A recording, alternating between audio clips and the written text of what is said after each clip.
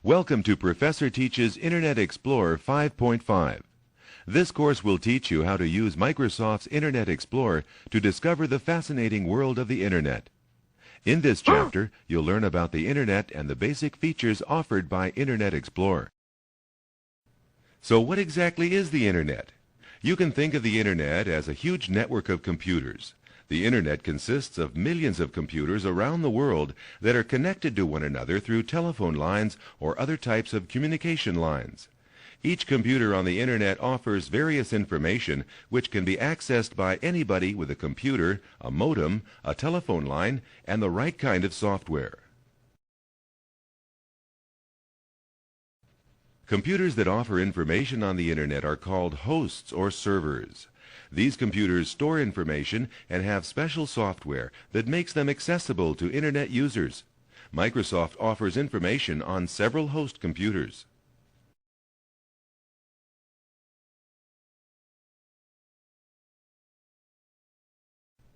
What about computers that access information on the Internet, such as yours and mine? These computers are referred to as clients, and they need another type of software to access information. When you use your computer to visit the Internet, your computer is considered a client.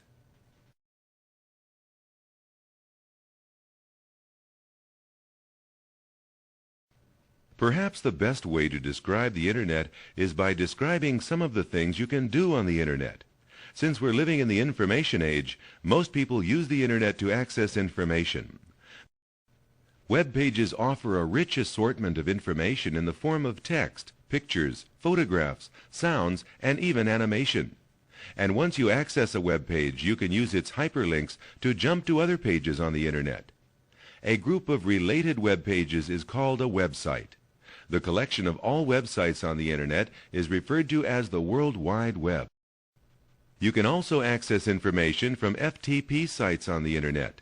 If you want to get a specific file from the Internet, such as a screensaver program, you can visit an FTP site and send the file to your computer. The Internet also allows you to exchange information with others by sending messages. You can send electronic mail or email messages, newsgroup messages, and instant messages. Email enables you to send and receive messages to and from specific people. Newsgroups let you exchange messages among an entire group of people sharing an interest. Instant messaging allows you to send and receive instant messages to and from another individual. Typically, the instant messaging system alerts you whenever somebody on your private list is online. You can then initiate a chat session with that particular. So far, you've learned that you can get information from websites and FTP sites and by exchanging messages using email and newsgroups. But how does the Internet keep track of where all these pages and sites are? And more importantly, how do you know where they are? Websites, FTP sites, and newsgroups are all identified by a unique address called a Uniform Resource Locator, or URL. You use the URL to access the information you want. Websites and FTP sites use the URL format displayed on screen. Let's take a closer look.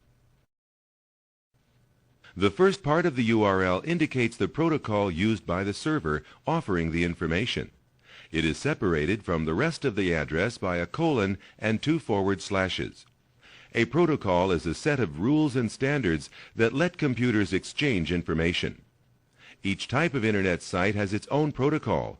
For example, HTTP is the protocol used by web servers, and FTP is the protocol used by FTP servers. The next 3 parts of the address give information about the server storing the document. Each part of this address is separated by a dot. The first part generally identifies the type of server, such as www for World Wide Web. The next part usually identifies the name of the organization offering the server, such as Microsoft. And the third part represents the type of organization offering the server.